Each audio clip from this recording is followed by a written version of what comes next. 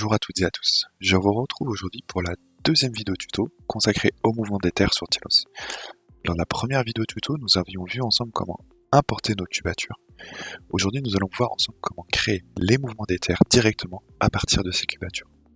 Lors d'une troisième vidéo tuto, nous verrons enfin comment planifier les activités directement à partir de ces mouvements. Sans plus attendre, passons tout de suite à la démonstration. J'ai donc réouvert le projet que nous avions fait lors du premier tuto ensemble. Donc je retrouve bien ici toutes mes cubatures, déblais, remblais et mon petit stock. Donc là le but aujourd'hui va être de créer des mouvements entre mes déblais et mes remblais. Donc là grossièrement c'est ce qu'on va faire. Quand on va créer un mouvement entre par exemple ici mon déblai 1 et mon remblai 1, pourquoi pas, en fait dans Tilos, comment ça va se traduire? Je vais envoyer finalement des terres de mon déblai vers mon remblai. Et ensuite, dans Tilos, sera traduit sur l'espace-temps directement ici. En fait, on va avoir un triangle de déblai et un triangle de remblai. Okay, je vais avoir deux activités qui seront connectées. Et voilà, donc si j'ai envoyé par exemple 10 000 m3, en fait, mon activité de déblai va, elle, du coup, prendre 10 000 m3. Je vais avoir un rendement sur mon activité de déblai. Je vais avoir aussi, pourquoi pas, une ressource. Je vais pouvoir mettre une pelle qui, elle, va avoir tel rendement. Okay, donc il va pouvoir piloter aussi donc, la vitesse, la durée de mon activité. Okay, donc quand on a compris ça, en fait, on se rend compte qu'un mouvement dans Tilos en fait, va être le résultat aussi de deux styles d'activité. Donc un style d'activité déblai vers un style d'activité remblai. Je vais me diriger ici dans la bibliothèque pour vous montrer du coup ces fameux types de mouvements. Donc là, vous voyez par exemple, si je prends ce type de mouvement-là que j'ai créé, c'est un mouvement donc déblai meuble vers remblai avec une pelle 50 tonnes. Donc ici, je vais ouvrir pour voir comment ça se traduit. Donc ici, vous voyez que j'ai un nom, ok. Donc c'est un déblai meuble que je vais envoyer en remblai à l'aide ici de ma pelle 50 tonnes, ok. Vous voyez que directement sur tous ces types de mouvements-là, je vais pouvoir aussi appliquer un foisonnement. Okay, de base, comme ça, je vais pouvoir appliquer un foisonnement. Si je sais que sur tous mes déblais meubles, ben voilà, je vais avoir tel pourcentage de foisonnement. Si je mets 0 ici, après, c'est pas grave. Au cas par cas, depuis sur mon diagramme, je pourrais, sur chacun des mouvements, choisir quel foisonnement je vais vouloir mettre. Ensuite, on retrouve ici, du coup, les fameux donc, styles d'activité déblai et style d'activité remblai. Okay. Donc là, vous voyez, ça c'est très important, c'est d'avoir déjà donc dans nos styles d'activité tout ce qu'il faut pour pouvoir venir créer les types de mouvements nécessaires. Donc on va maintenant se diriger dans notre bibliothèque d'activité au niveau de nos styles, ici. Donc là, vous voyez que dans mon petit menu déblai remblai, je retrouve donc mon menu déblai. J'ai séparé à l'intérieur ce que j'ai deux pelles. Okay. Je vais avoir mes déblais avec ma pelle 30 tonnes, mes déblais avec ma pelle 50 tonnes. Okay. Donc là, si je prends mon déblai meuble fait avec ma pelle 50 tonnes,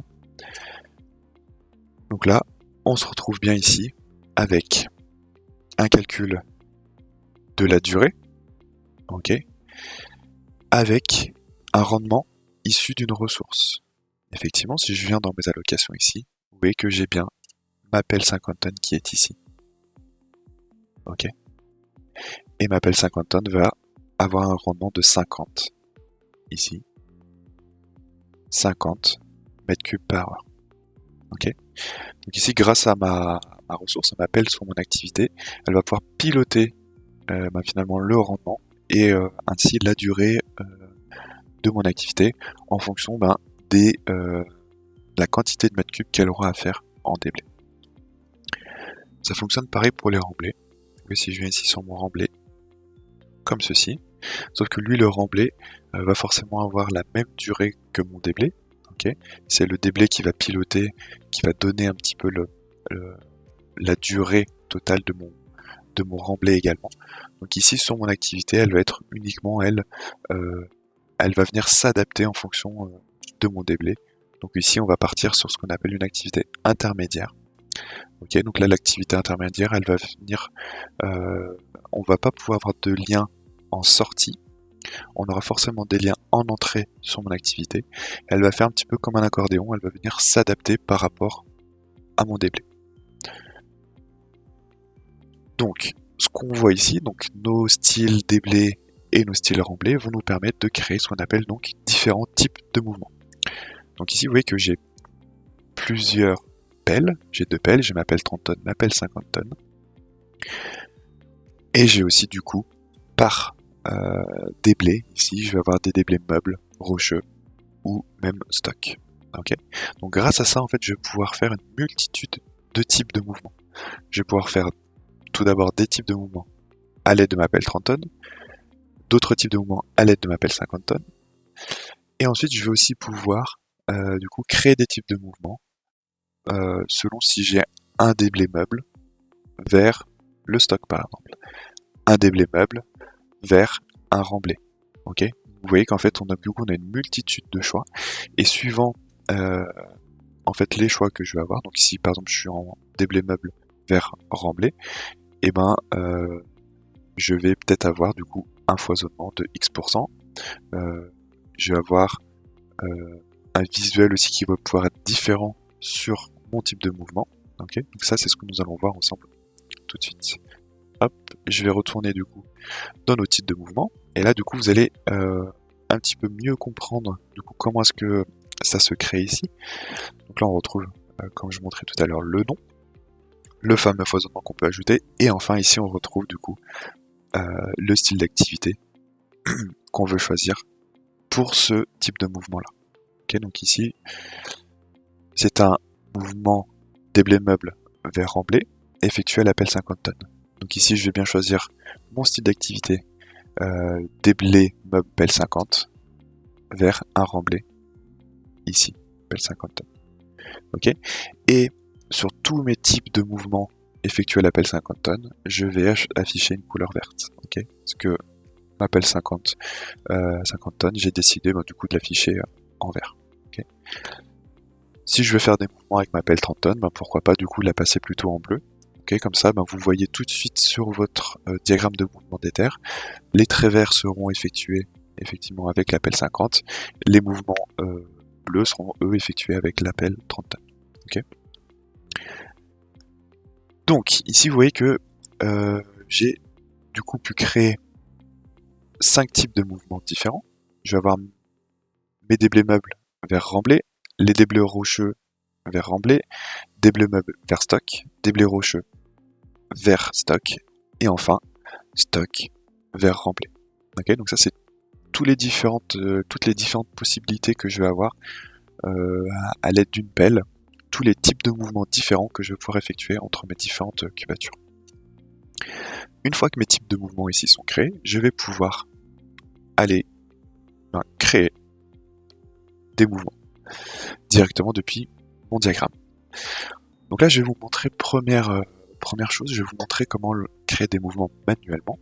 Ok, et ensuite on va voir ensemble comment les importer depuis un tableur Excel.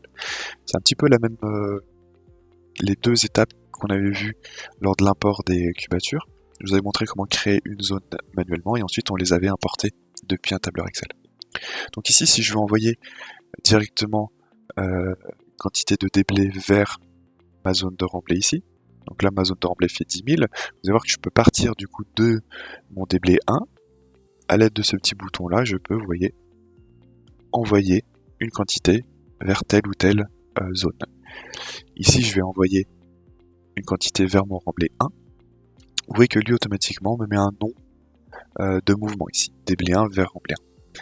Ensuite, moi, il va falloir que je lui dise avec quel type de mouvement je veux effectuer effectivement ce mouvement-là. Donc là, je pars d'un déblai, meuble, vers un remblai. Donc effectivement, ici, je vais choisir ce type de mouvement, déblai, meuble, vers remblai.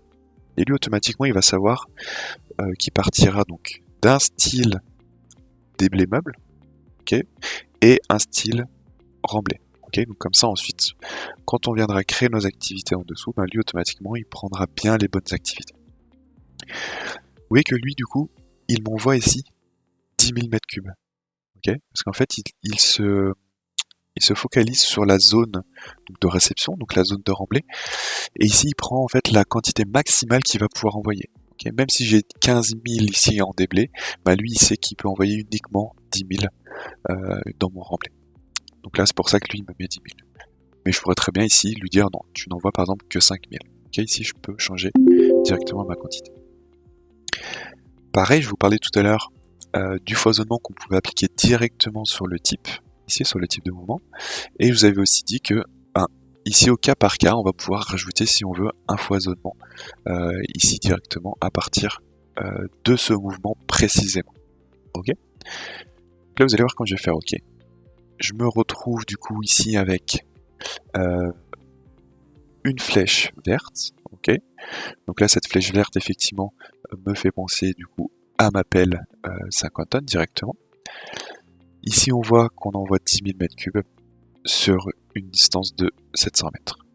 Okay, donc ça c'est voilà, c'est mon mouvement de mon déblai 1 vers mon remblai 1.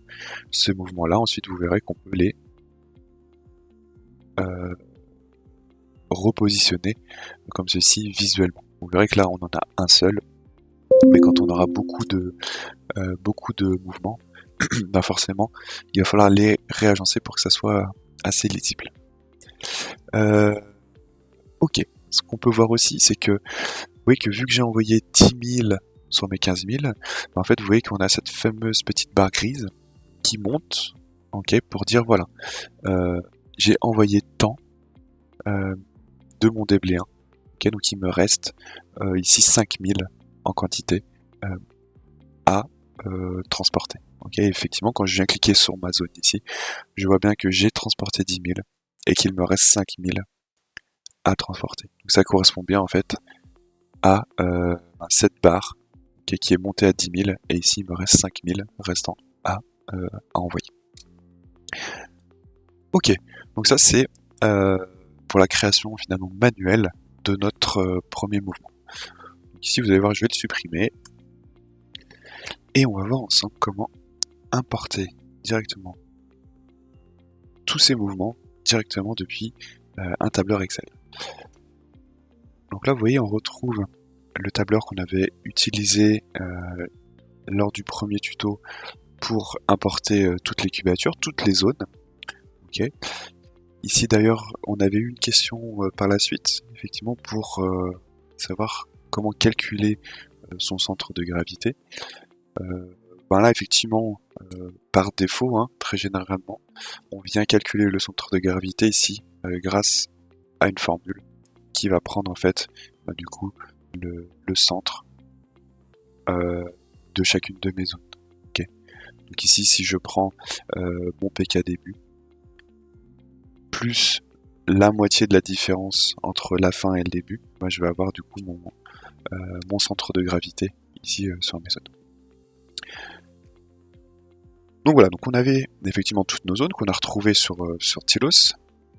Et donc là, la chose que j'ai faite moi manuellement tout à l'heure, en fait c'était à partir par exemple de cette ligne-là.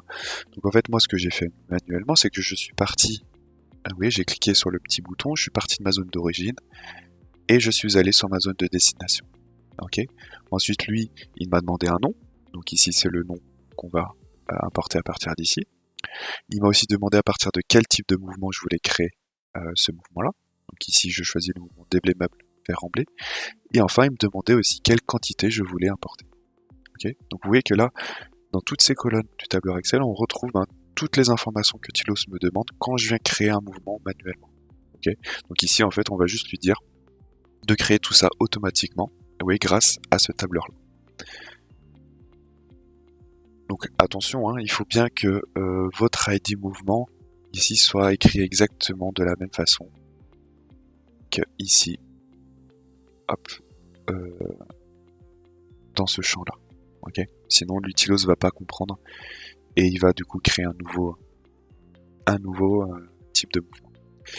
Ok, donc ici je viens simplement copier mon tableau dans mon presse-papier.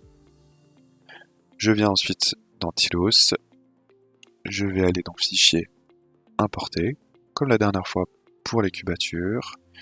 C'est du presse-papier. Et ici, je viens choisir mon profil, mouvement d'éther. Où là, je vais lui dire, ben voilà, tu importes l'ID du mouvement depuis la première colonne, le nom, deuxième colonne, type de mouvement, origine, destination, quantité. Ok, donc là directement à partir de ce petit profil là, pour vous montrer rapidement comment ça fonctionne. Voilà. J'ai bien ma première colonne dans Excel qui va aller dans mon ID mouvement, la deuxième colonne Excel dans le nom du mouvement, etc. etc. Ok. Donc ici je peux faire OK et je vais enfin cliquer ici sur fin pour qu'il vienne ici me créer mes différents mouvements. Et là je peux fermer. Donc là vous voyez que il m'a bien apporté tous mes mouvements. Ok. On voit que lui par défaut il m'insère tous mes mouvements, vous voyez, avec le même positionnement. Donc là vous voyez que c'est un petit peu brouillon comme ça. Mais comme je vous ai montré tout à l'heure, vous voyez que je peux prendre chacun de mes mouvements et vous voyez que je peux les réagencer. Ok, donc là vous voyez si rapidement je réorganise mes petites flèches de mes mouvements, vous allez voir que petit à petit ça va devenir beaucoup plus clair. Hop, ici ça part en stock. Hop, ici ça repart du stock. Hop, comme ceci. Hop là. Et voilà. Donc là vous voyez que en réagençant comme ceci les positionnements, ça devient du coup beaucoup plus lisible. Et on a un diagramme de mouvement d'éther qui devient cohérent, on arrive bien à lire. On voit donc tout de suite la quantité transportée sur chacun des mouvements, ainsi que sa distance de transport. Ok. Donc ici tout ça est effectivement paramétrable. Ok, ici je peux afficher le nom, enfin, j'affiche le nom de ma zone avec sa quantité en mètres cubes. Okay, donc ça c'est ce qui est affiché sur chacune des zones. Et enfin sur chacun des mouvements, je vais aller chercher la quantité transportée en mètres cubes et enfin sa distance de transport en mètres. Okay, donc c'est pour ça ici qu'on voit toutes ces informations là sur les différentes flèches. Et si j'avais voulu faire des mouvements à l'aide de ma pelle 30 tonnes, et ben j'aurais pu ici insérer des mouvements que j'avais créés ici pour vous remontrer. Ah non, les mouvements qu'on n'a pas créés du coup encore, mais grâce à l'aide des styles hop, de ma pelle plutôt 30 tonnes ici, qu'ici j'aurais pu du coup passer en bleu.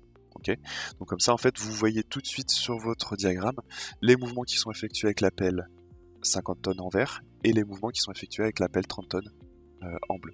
Ok. Voilà, donc là vous voyez que là on a créé nos différents mouvements et ensuite donc la prochaine étape, donc dans le troisième tuto, on viendra du coup créer nos activités sur le chemin de fer, sur l'espace-temps en bas, directement à l'aide de nos différents mouvements ici. Okay, et comme ça du coup on verra ensemble comment planifier donc nos activités, comment faire des liens entre nos différents déblais et du coup bien organiser nos travaux, nos durées, etc., etc. Donc voilà, je vous dis du coup à très vite pour la troisième vidéo. Et du coup j'étais ravi de faire ce tuto numéro 2 avec vous. Je vous souhaite une très bonne journée. Au revoir.